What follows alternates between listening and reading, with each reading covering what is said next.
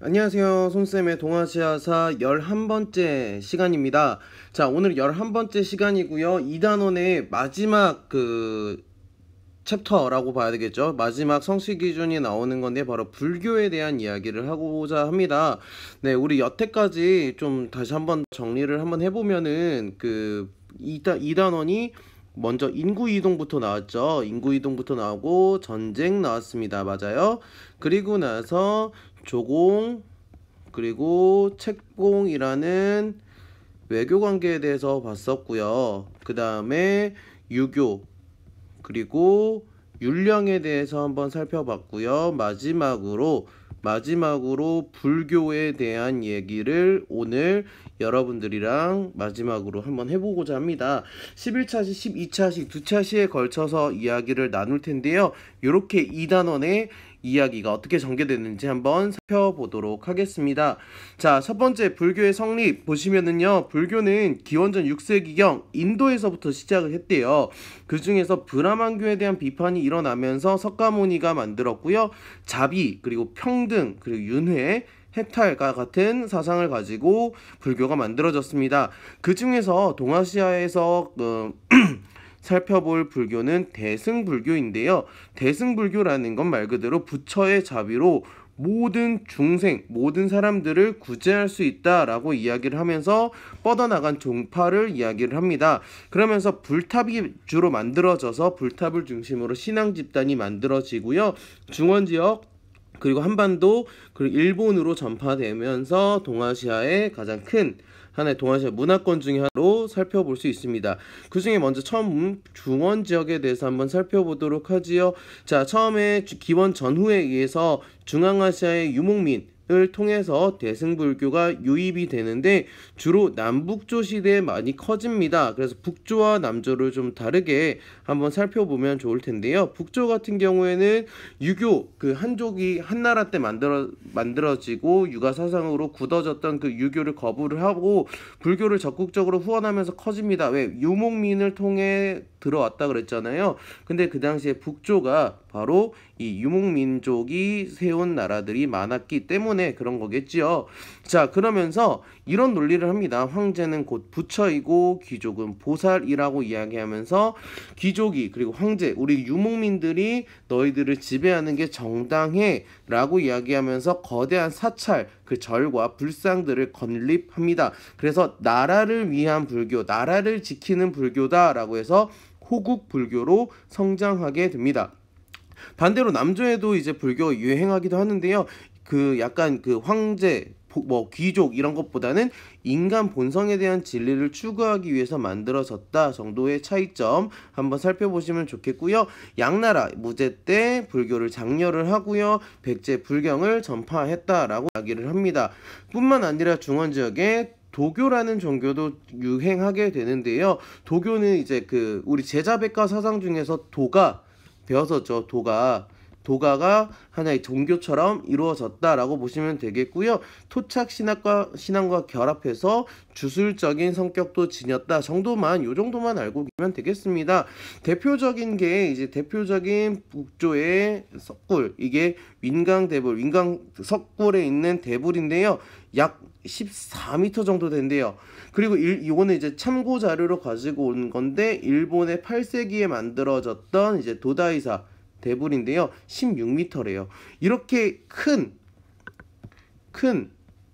불상, 이런 대불 이렇게 만들어진 게 바로 호국 불교, 그리고 그 황제의 힘을 과시하기 위한 하나의 수단으로서 이런 큰 불상, 그리고 큰 사찰들이 만들어졌다라고 보시면 되겠고요. 요 두 사 중에서 선생님이 보여요? 네, 여기가 바로 일본의 도다이사입니다. 도다이사의 선생님이 갔다 온 사진을 한번 올려봤고요. 여기에 보시면은 어느 정도 크기인지 한번 가늠하기 위해서 여기 손가락이 1m래요. 손가락이 1m고요. 손바닥 크기가 2.56, 손바닥이 2.56m 정도 되는, 선생님이 아래서 위로 이렇게 올려다 찍어봤는데 앉아있는 것만 하더라도 저 손바닥 요 하나가 손쌤보다 크다. 손쌤보다 컸다 라고 보시면 되겠습니다. 어마어마하게 큰 대불이었습니다. 네. 그리고 이제 우리나라에는 어떻게 받아들여졌는지 보시면은요, 우리나라는 주로 왕권 강화를 하기 위해서 만든 그 불교가 받아졌다라고 보시면 되겠고요. 토착 신앙을 흡수하면서 정착했다. 요거는 이제 12차 시에서 다시 한 번 더 안내를 해드리도록 할게요. 자, 각각 보시면은요, 고구려는 소수리망 때 북조의 전진으로부터 받아들였고요. 백제는 침류왕 때 남조에 있던 동진으로부터 전래가 됩니다. 그러면서 아까 우리 양무제 얘기했었죠. 양나라 때 받아들여졌다라는, 양나라 때 좀 더 발전했다. 그러면서 6세기에는 일본에게도 불교를 전파하는구나. 누가? 백제가. 그렇게 보시면 되겠고, 신라는 5세기에 고구려로부터 전래를 합니다. 왜냐하면 그 발전 속도가 느리잖아요. 그러면서 이제 법흥왕 때 공인을 받게 되는데 귀족 세력들이 반대해요. 반대해서 이거 반대를 받아들이기 위해서 등장했던 사내가 하나 있었으니 그게 바로 2차 돈입니다. 2차 돈에 대한 이야기 여기에 더 나와 있는데 한번 살펴보도록 할게요. 왕이 불교를 흥하게 하려고 하였으나 군신이 불신 믿지 않아서 말썽을 부리니 난처하게 여겼다. 이에 왕이 군신을 불러 이를 물으니 2차 돈만이 불교의 연원이 깊으니 믿어야 될 줄 압니다 라고 하였습니다. 왕은 그대 홀로 달리 말하니 양편을 다 들어줄 순 없다 라면서 목을 베게 합니다. 그때 2차 돈이 죽음에 임해서 불법을 위해 형을 받으니 내가 죽은 뒤에 반드시 이상한 일이 있으리라 라고 이야기를 합니다. 그러면서 목을 뱉는데 피가 하얀색이었대요. 그러면서 이제 기이한 일이 벌어지고 나니까 귀족들이 불교를 받아들이게 됐다라는 거 여러분들이 보시면 되겠습니다. 아, 요거 있으면 토착신앙과 좀 기존에 있던 귀족 세력, 기존에 있던 토착 세력과는 조금 대립을 하면서 받아들여졌구나 정도만 기억하시면 되겠습니다. 자, 마지막으로 일본과 베트남 한번 볼까요? 일본 같은 경우에는 6세기 아까 얘기했죠. 백제로부터 받아들이게 됐다고. 그러면서 쇼토쿠 태자의 적극적인 후원을 받습니다. 그러면서 이제 그 전에 있던 야마토 정권에서는 전방 후원분이 과시하는 거였는데 그 전방 후원분을 대신해서 불교 사찰들이 건립되면서 귀족의 권위를 상징하게 되고요.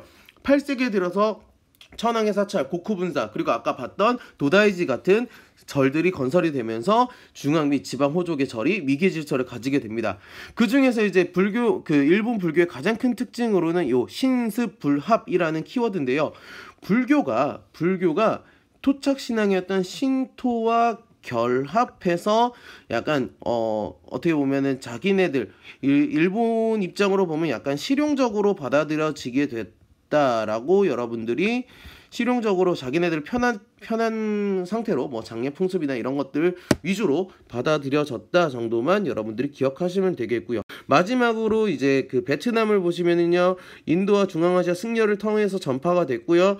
중원 왕조의 영향으로 대승불교가 발달하게 됩니다. 대승불교가 발달하게 되는데 다른 이제 동남아시아 지역은 상좌부 불교가 발달해요. 상좌부 불교가 발달하는데 베트남은 유일하게 대승불교가 발달하게 됐다. 대표적인 이제 승려로서 다이탕당이라는 사람이 있었다 정도만 여러분들이 기억해 주시면 되겠습니다. 이렇게 불교에 대해서 한번 살펴봤고요. 자, 불교 다시 한번 정리 따로 한번 해보면 불교가 중원 지역에서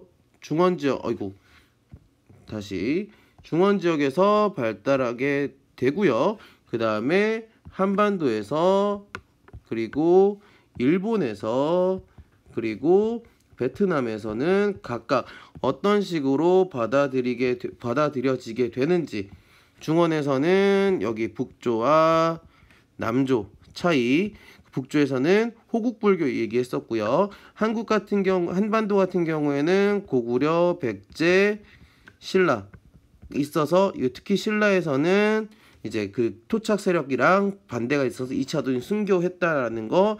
일본 같은 경우에는 이제 사찰, 쇼토쿠 태자가 도움을 주기도 했고요. 그 다음에 도다이지도 다음 시간에 다시 한 번 더 얘기를 하겠지만, 특히 특징으로서 신습불합이라는 거, 신습불합 합이라는 특징이 있었다 정도 여러분 보시면 되고, 베트남 같은 경우에는 대승불교 다이탕당 정도 여러분들 기억하시면 되겠습니다. 그래서 다음 시간에는 요 불교를 가지고 각각의 국가들이 어떻게 문화를 교류하게 됐는지를 승려들을 중심으로 한번 살펴보도록 하겠습니다. 네, 고생 많았습니다. 끝나기 전에 고생하기 전에 네, 끝나기 전에 오늘 댓글로 각각 한국, 중국, 그리고 일본, 베트남 불교 그 중에서 선생님이 갔다 온 사찰이 있습니다. 그 사찰의 이름이 무엇인지 댓글로 한번 남겨주시면 좋겠습니다. 고생 많았습니다.